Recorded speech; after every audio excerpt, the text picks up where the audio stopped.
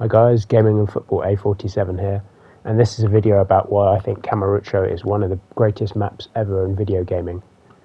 What I really don't like about a lot of open world games is so many of them have massive maps where you're just, either driving around, riding on a horse or whatever for ages before you can find something to do.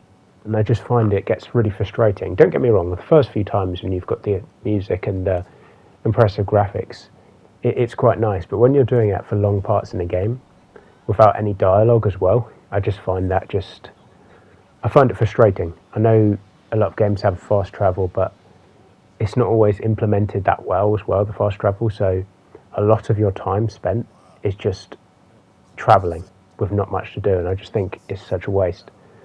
Whereas Kamurocho is the perfect example of a map which is fairly small, not really small, but there's so much to do. You've got all these different shops where you can buy useful items. You've got lots of different side quests. You've got multiple different activities you can do.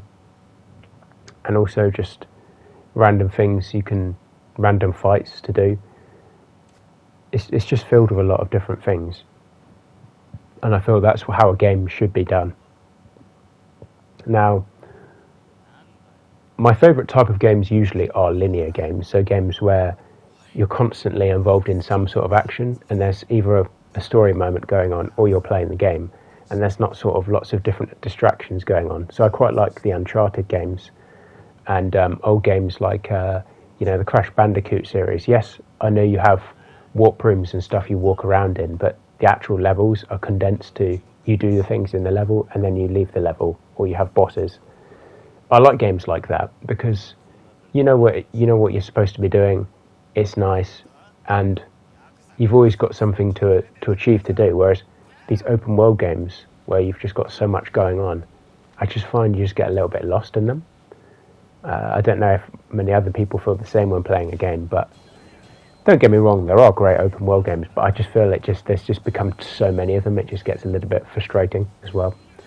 But if you are going to do an open world game like this, do a small map with lots of stuff condensed in, which is optional, and it rewards you for doing it. It makes the game more enjoyable.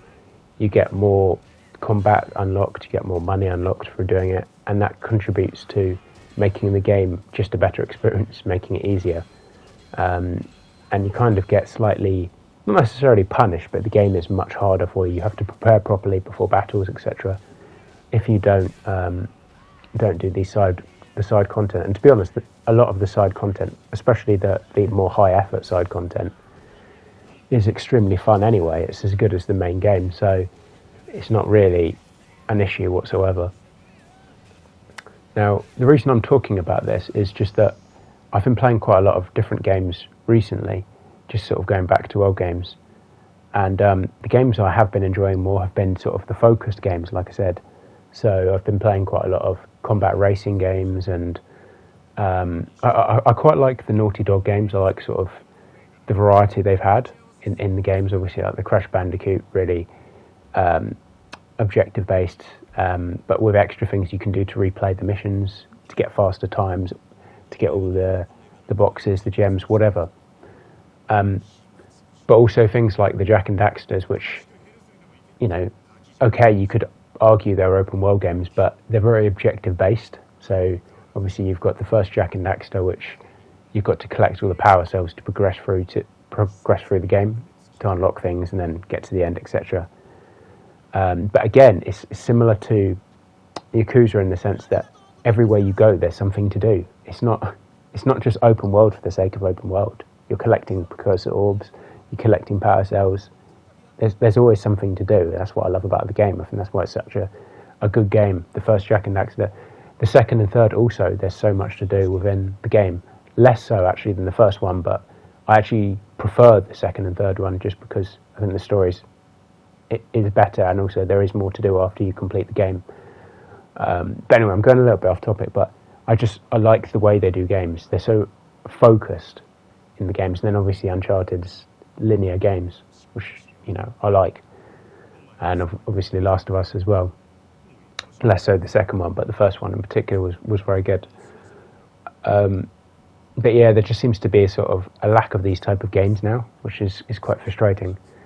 And hopefully Yakuza doesn't go into this as well, because I've noticed the maps are starting to get a bit bigger. They used to just have, like, Yakuza 0 is my favourite one, and the two maps, they're tiny. Sutonbori is even smaller than Kamurocho.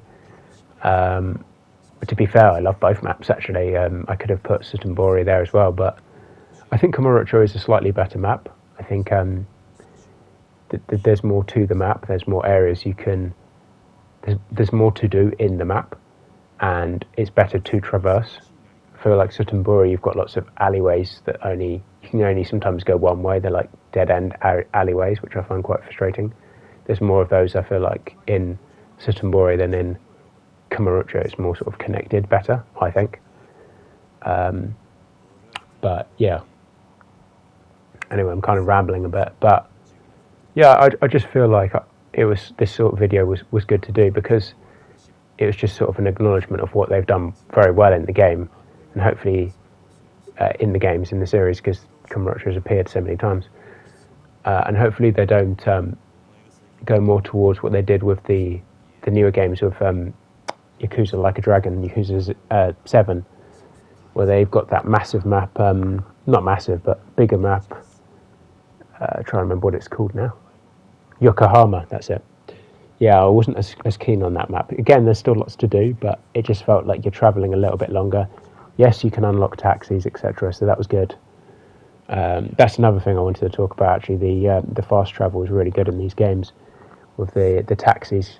Then they're not essential, but at the same time, it's useful. So like, if you wanted to do this game really fast, it would save you like 10 seconds, 15 seconds to do these things. Whereas if you're, if you're playing and just running around all the time, it takes a little bit longer. But again, because the maps are so small, it still doesn't take that long. Whereas if you're playing other games, we can all think of games with massive maps.